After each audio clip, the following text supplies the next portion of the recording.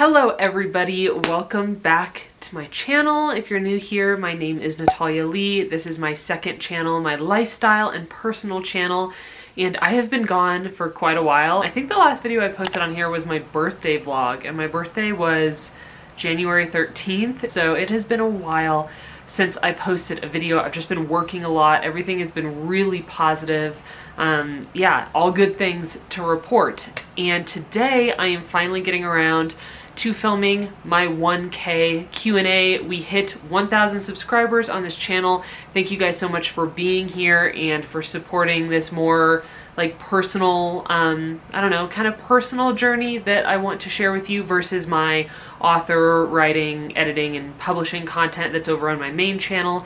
Of course, if you want to check out my main channel, it'll be linked down below. So today, I am finally getting around to answering all the questions that you guys asked me. I have some questions here on YouTube, and then I also got questions over on Instagram. Now, this is probably going to be a little bit of a longer video. I'm just guessing it's going to be because I can talk a lot and there are a lot of really great questions. So you might want to grab a snack, maybe a cup of tea, and let's go ahead and dive right in. First question, what is your daily workout routine if you have any?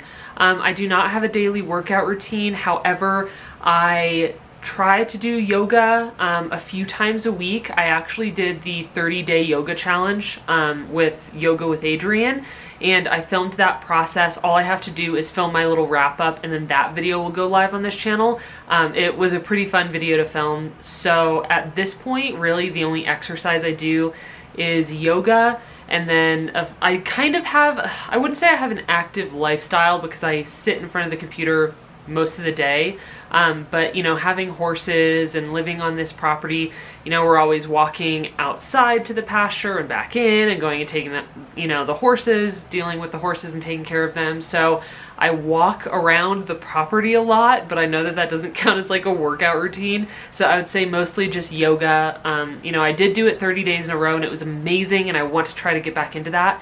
But at this point, I'm just doing yoga a few times a week. Where did you study editing? I took classes through the Editorial Freelancers Association. I love taking classes through them. I've taken classes in copy editing, proofreading, developmental editing, how to edit blurbs and like extra just like copy for books. So yeah, that's where I have taken all my classes, is through the Editorial Freelancers Association. You have a little bit of alfalfa here, but it's okay. All right, so Greg is going to join me for this question, or for these questions. So I'm going to read all of them because they have to do with the same thing, and then we'll answer it. So, how did you go from the van/road life decision to buying a home and adopting horses? Do you still plan to use your van? What made you decide to not do van life and buy a house instead? So essentially there are a lot of questions about the van and about the house, how we made our decision, if we still have the van. So what happened? What happened to the van? I think we happened to the van. Yeah. So there's a number of things. Early January of 21, I tore my meniscus. That's in the knee. Yeah, you don't know. My knee. That February we need to turn in the van. To the building company. And while the van was being built, we didn't have our apartment anymore, so we were living with my mom for a short amount of time. And for some reason, it's like a spark of fate came into my life, and suddenly I was like, I want to get a horse. And you know, this goes back to a few of those questions that say, how did you decide to buy a house and get horses versus van life and living on the road? So the plan was to live in the van full time and to travel around, and we both can work remotely, so that was originally what we were planning on doing. And then suddenly I just said, Greg, I think I want to adopt a horse. And we were living in my mom's apartment. We didn't have our own house. We didn't have the van, and I went and I adopted Ty. I don't know, I guess at that point all of our plans for the van shifted. But of course it wasn't just Ty, it was that Greg's knee needed to be kind of rehabbed. So living in a van and traveling around, a big part of that was going to be exploring different places, being outdoors a lot, hiking, you know, doing a lot of active things. So the fact that Greg needed to heal we didn't want him to just be sitting in a van with no space to move around for, you know, months at a time. So I think there were, like Greg said earlier, a lot of things that stacked up and that made us feel like now probably isn't the right time to be living on the road in a van. And we've known we wanted to buy a house for many, many years, but you know, buying a house, especially your first house, is one of those things that feels unattainable until you do it. So it felt unattainable, and we weren't even sure we were going to be able to find anything because we had a strict criteria. So we wanted something small, small, simple, didn't need a lot of renovating. So horse property.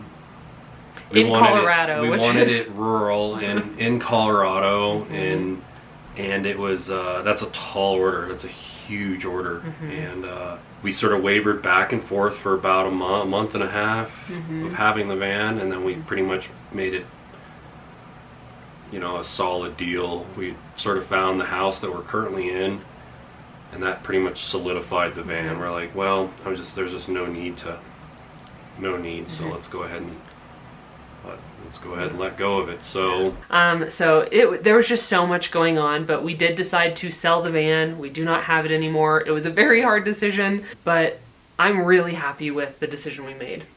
Are you? Yeah, absolutely. Yeah, I have no regrets. Nope, me either. So yeah, long story short, we decided to sell the van, we bought the house, and we don't have any regrets. And then while I still have you here, one of the other questions I got was, are you planning a wedding anytime soon? No, but we did get married. I mentioned that in a previous vlog, but if you didn't know that, we did get married, but we just went to the courthouse, signed our paperwork, and then went out and had some lunch. Thank you for joining me. Those were the questions that Greg was going to join us for. Okay, Greg has left us. He was just gonna join us for a couple of those questions. Now that we answered those, let's go back into my Instagram questions. What is your comfort food? My comfort food is probably, I mean, when I need comfort, I probably reach for a bag of chips. Chips have always been very, very comforting to me. I'm not really somebody who reaches for like sugar or cookies or anything like that when I'm feeling down. So I'd say a comfort food would probably be chips or something really savory like mac and cheese or something like that. Yeah, so savory, salty, chips, stuff like that. Okay, any extreme renovations or building projects coming up? So I wouldn't say we have like extreme projects and renovations. We really want to have our master bathroom renovated. It's quite gross. It's very outdated. This house was built 20 years ago, which isn't like old for a house, but when a bathroom has been used for 20 years and has not been updated, of course, it's just kind of like, ugh.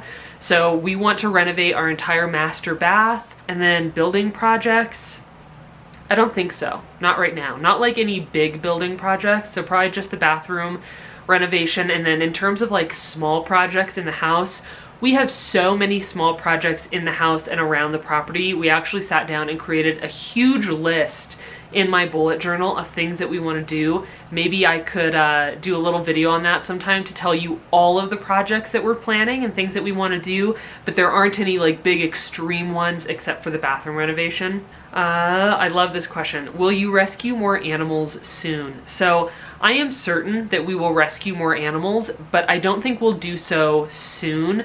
I will talk about horses with another question, and I think somebody else asked me about other animals, so I guess we can just answer it now, because then there was another question that was, now that you have the space, do you plan on getting any more pets? Like horses, cats, or a dog. So as you know, we have, as you probably know, Mew, of course, our cat. Sasha is the little barn kitty who came with the property when we bought this house, and she is not a barn cat anymore. She lives full-time in the house with us, and she's absolutely wonderful. We love her dearly. So we have the two cats, and then we have Ty and Gypsy. They are our two horses. And we would love to get more horses, and I do think in the future we will. But before we can do that, of course, horses are expensive, and somebody asked another question about how expensive is it to keep a horse. So I will be going through kind of like monthly expenses and talking about that. But the bigger problem at this point with getting another horse is that we have a nice big barn. It's like it used to be like a 3-stall horse barn, and of course there are no doors on it anymore, so the horses can move freely through it. But Ty, right, our gelding, our big beautiful quarter horse gelding, he has a very dominant personality, and he's not always super friendly about sharing his barn. He likes to be in there, and he will let Gypsy in, but if we were to get a third horse, I don't think there would be enough room in there. Like, let's say there is a thunderstorm or a hailstorm, anything like that where the horses really want to get out of it. I don't feel that they would all three be able to go into the barn and get out of the weather, because I do think Ty and his dominant personality would cause problems. So one horse would always be stuck out in the weather. And some people aren't too concerned about that, but that's something that we are very mindful of. So even though we want to get more horses, we want to rescue more horses, I do think we would need to get a new loafing shed before that, so that there's just always plenty of room for the horses to get out of the weather if they need to, and Ty's bossy personality wouldn't cause any problems. So in terms of getting more horses, we want to, absolutely, but right now we're just not quite prepared because we need a new loafing shed. We'd have to get a new horse trailer that's larger and lots of other things. So no more horses right now. I do want to rescue a bunch of chickens. I'm just kind of waiting for like Greg to give me the okay, because we're such animal lovers that having animals, they kind of feel like, I don't know, we don't have human children, so our animals kind of feel like our children, and they are so stressful. Like, we worry about them constantly. So I think I'm still waiting for Greg to like even out after the move and all of the chaos of 2021. And then once we hit like a nice comfortable baseline, then maybe we'll want to look into rescuing some chickens. I would love to have ducks, goats, what else? Donkeys. I would just love to have all of the animals, and I do think that we will eventually get more, but at this point we're just, again, waiting for our lives to like simmer down a little bit and hit that baseline of comfort again before we add any additional stress to it. So we will get more, we will rescue more animals in the future, but not right now. See, the next question is, why did you decide on Colorado? Well, Greg and I have both lived in Colorado for our whole lives. We were both born in the same city and just kind of stayed in that area, except for when I went away to college and then moved back. So when it came to buying a home, we wanted to be in Colorado because we both love Colorado and this is where we've always lived, but we weren't sure if we were going to be able to afford it because Colorado is very expensive. It's very expensive. But this house was literally like the dream house, and it was under contract with somebody else, and then that fell through and it came back onto the market, and I saw it again and I just said, Greg, we have to go see this house, and it ended up being absolutely perfect for us. So in terms of like choosing Colorado, we've lived here our whole lives. I think we wanted to stay here, and it just so happened that we found the perfect house that was within our budget, that was 2 hours away from Denver. So everything really came together there. Was being a writer the ultimate dream? I would say that I've had a lot of ultimate dreams, and I kind of want to do a video on this because I'm just shocked and so grateful to say that at this point in my life, I feel like I have achieved all of the dreams that I have wanted. So now I've even told Greg, like, I need to get some more dreams because I've achieved those things. You know, I've been able to publish books. It's always been my dream to have my own horse, and now I have 2 rescues out there, have my own home. I'm married to an amazing man. Like, it's just everything in my life is so, so positive. But being a writer was one of my ultimate dreams. What is your favorite season and why? Do you have any special activities in that season? My favorite season is probably fall. I absolutely love fall.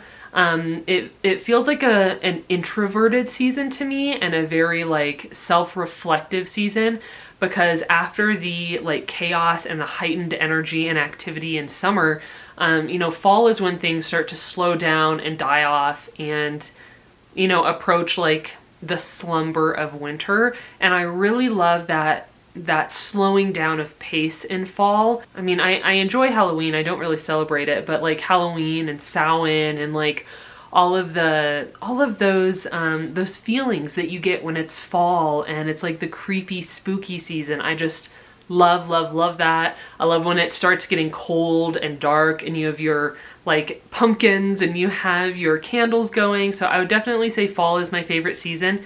In terms of like special activities, I don't think so. With horses, we have to be outside year round. So of course, winter it can be really, really tough. Like every day for the past week or so, we've been in like negative temps. The other morning I woke up and it was negative 26 degrees Fahrenheit out here. So the winter can be really rough when you have horses and you're just trying to really maintain them and keep them healthy.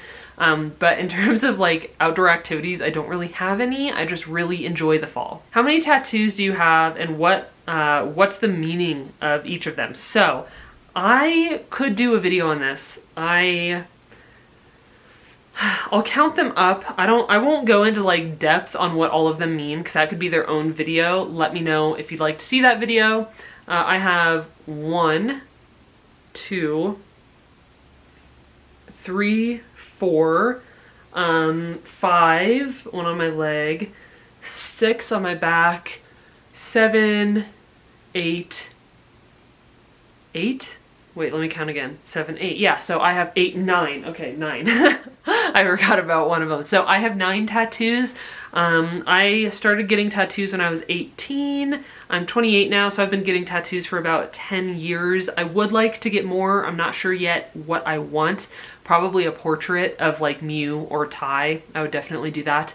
But it would take a long time to tell you the meaning of every single tattoo in this video, so I will probably do that in another one. But yes, I currently have 9 tattoos. Okay, so here's that question that I mentioned earlier. How much approximately does it cost to keep a horse? Now, this is really going to vary depending on the type of horse you get, where you live, if you're boarding your horse, if you're keeping your horse on your own property. You know, do you have an older horse who needs more supplements like our horses?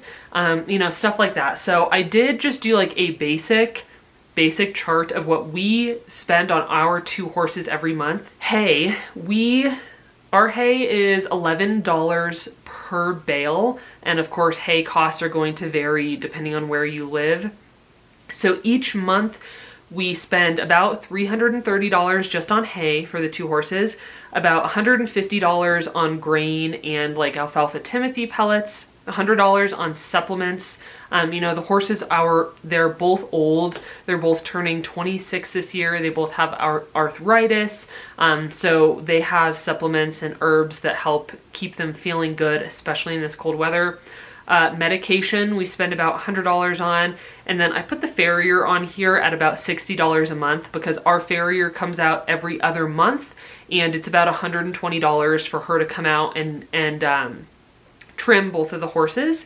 And keep in mind that, so all of that monthly adds up to about $740, and that's for the 2 horses that we have out there. But do keep in mind that does not include board. So when we had Ty in the city, we were paying $380 a month for board, and that included his hay, but that's all that included was just hay and a place for him to live. So then we were, you know, of course paying for the grain and the supplements and the medication and the farrier and the vet and all of that stuff. So $740 a month for the 2 horses. They live on our property, so we don't pay any board.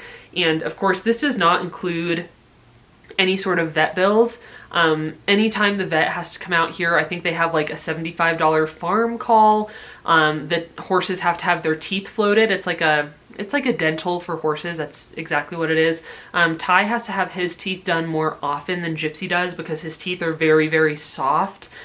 So he has that done at least twice a year. Gypsy has it done once a year. So vet bills, if you're doing any sort of riding, we don't ride our horses. You know, of course you have to consider all of your tack and all of that kind of stuff. But for just the 2, not including board or vet bills, we're at $740 a month. So that's just kind of a baseline for what we spend on our horses. I love this question. So there were a couple questions about this. So this question is, was it difficult for you to transition to a vegan lifestyle? Because I have been vegan for 6 years now. About 6 years I've been vegan, and then I think I was vegetarian for about 8 years before that. And then let me hop over to YouTube because somebody asked a similar question there. This other question was, I'm curious about your vegan journey. Maybe you've already made a video about this that I haven't seen, but I'm curious about how it started for you, how the transition was, some of the hurdles that you've had to overcome. They said, I'm doing a slow transition to a plant-based diet for my health, and I'm wondering how it went for you. So that is awesome. I did film a video about my vegan story. That was over on my other channel, and it's no longer up on that channel because when I decided to make this channel, I went and I hid and got rid of any content on my main channel that would have kind of confused the algorithm in terms of helping people find that content. So I no longer have that video. I would be more than happy to do another one.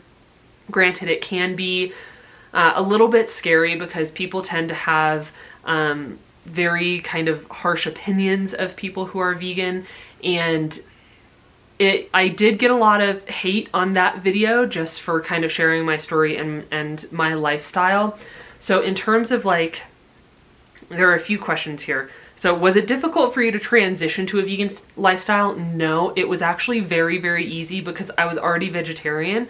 I went vegetarian quite young. I think I was 15 when I stopped eating meat. So that was a much harder transition because I was only 15. And of course my parents, they were worried about me. They weren't sure what it meant to be a vegetarian or if I was suddenly going to lose all of my strength and crumble into dust and blow away. So that was a much more difficult transition, going vegetarian at that young age. But then when it came to transitioning into a vegan lifestyle when I was older, I think I was 21 when I decided to go, 15, 16, 17, 18, 19, 20, 21. I was 21 or 22 when I decided to go vegan. I found it quite easy because I'd already been vegetarian for so long that I was used to the kind of natural and inherent struggles that can come along with it, which I can talk about a little bit more with this, with the other question that had, you know, more things to talk about. But I found the transition into veganism to be very, very easy, especially now because there are substitutes for almost every single meat, animal product, like meat, dairy, egg. There are just substitutes for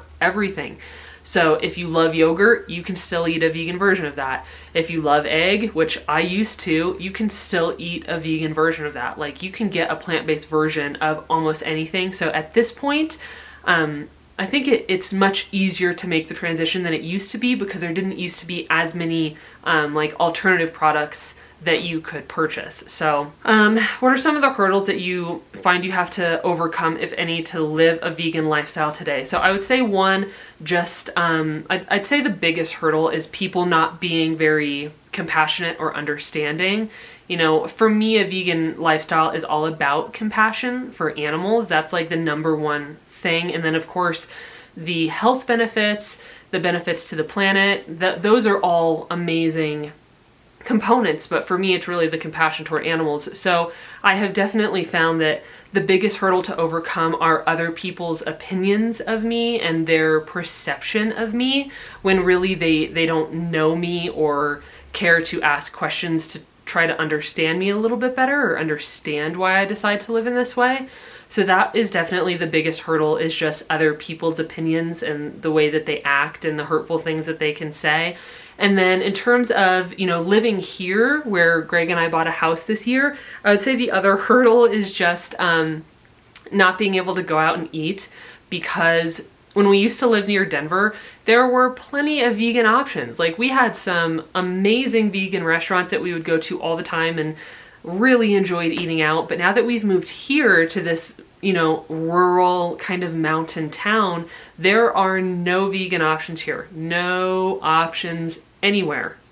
If we want a vegan meal, we have to drive almost an hour to the closest big city in order to get a vegan meal. So that's, you know, that's not a big important thing. But for somebody who loves food, loves food, that's a little bit of a hurdle, is just not having a place where I can easily go and eat. You know, I can't get takeout, I can't get anything delivered. Granted, nobody in this area can get anything delivered because nobody delivers to us here. You can't use DoorDash, you can't use Grubhub, you can't use anything like that here because they don't deliver.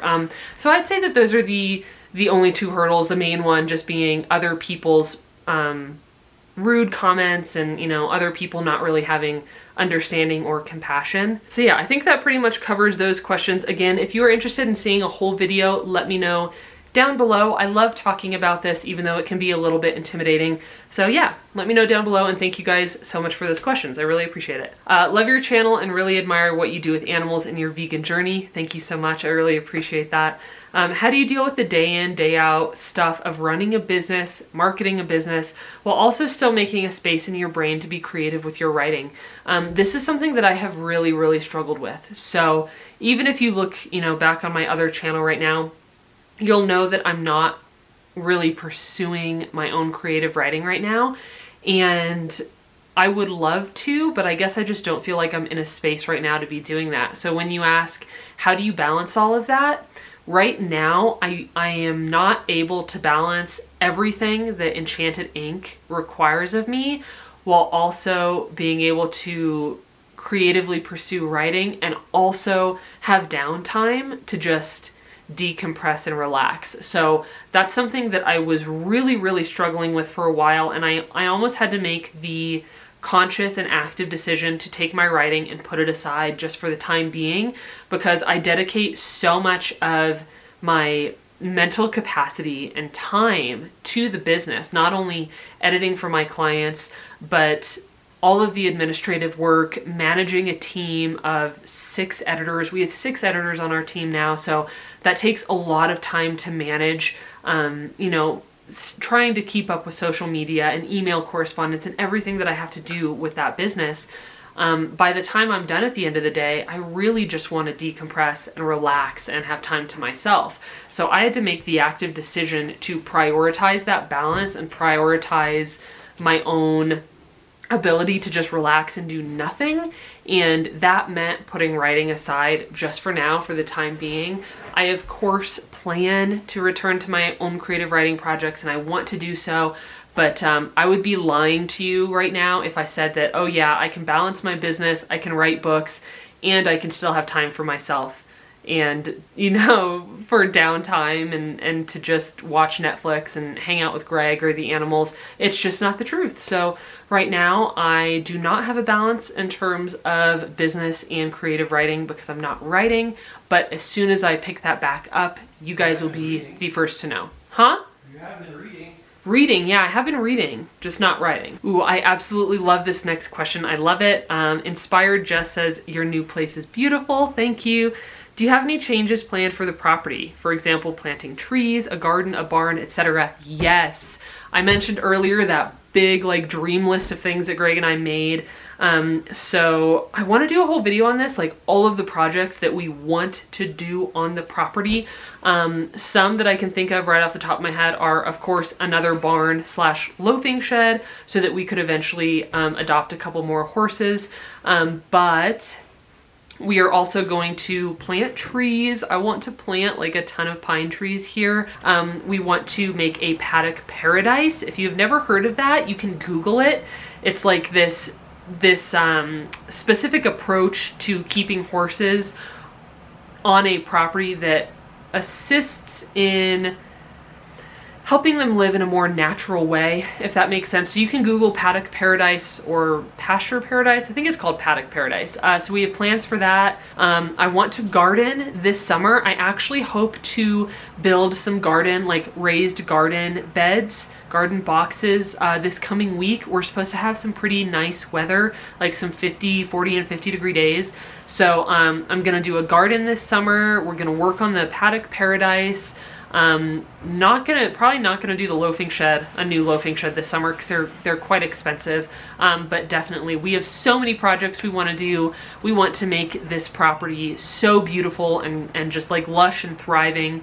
And yeah, I'm gonna take you along on that journey. So I might do a video with like that whole list of like improvements and stuff that we want to do to our property. And that is it, my friends. This is probably an hour-long video. I will try to cut it down as much as I can. Thank you guys so much for being here on this second channel.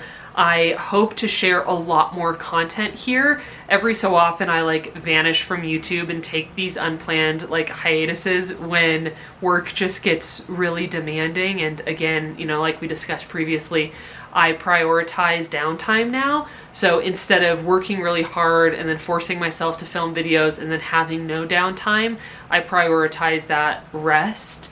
So I am not filming quite as much as I used to, but of course I still love filming and I want to include you in this life journey. So some videos that will be coming soon are that 30-day yoga journey. I'm almost done with it. I'm very, very close to being done with that one. And then when I build my garden boxes, I'll record that. I could do more clean with me's because that's become like a very intricate part of my weekly routine, is like cleaning, because it just focuses my mind and I love it now. As spring arrives, we will be doing a lot more around the house and around the property. I'd like to show you all of that. So if you have any specific requests for content, you can always leave them down below. It might help me like spark an idea or some inspiration for a new video, so I always appreciate that. Thank you so much to everybody who sent in a question. I absolutely love doing these chatty videos. They just feel so heartwarming to me. So thank you guys for being here and for sending in your questions, and I will see you in my next video. Bye!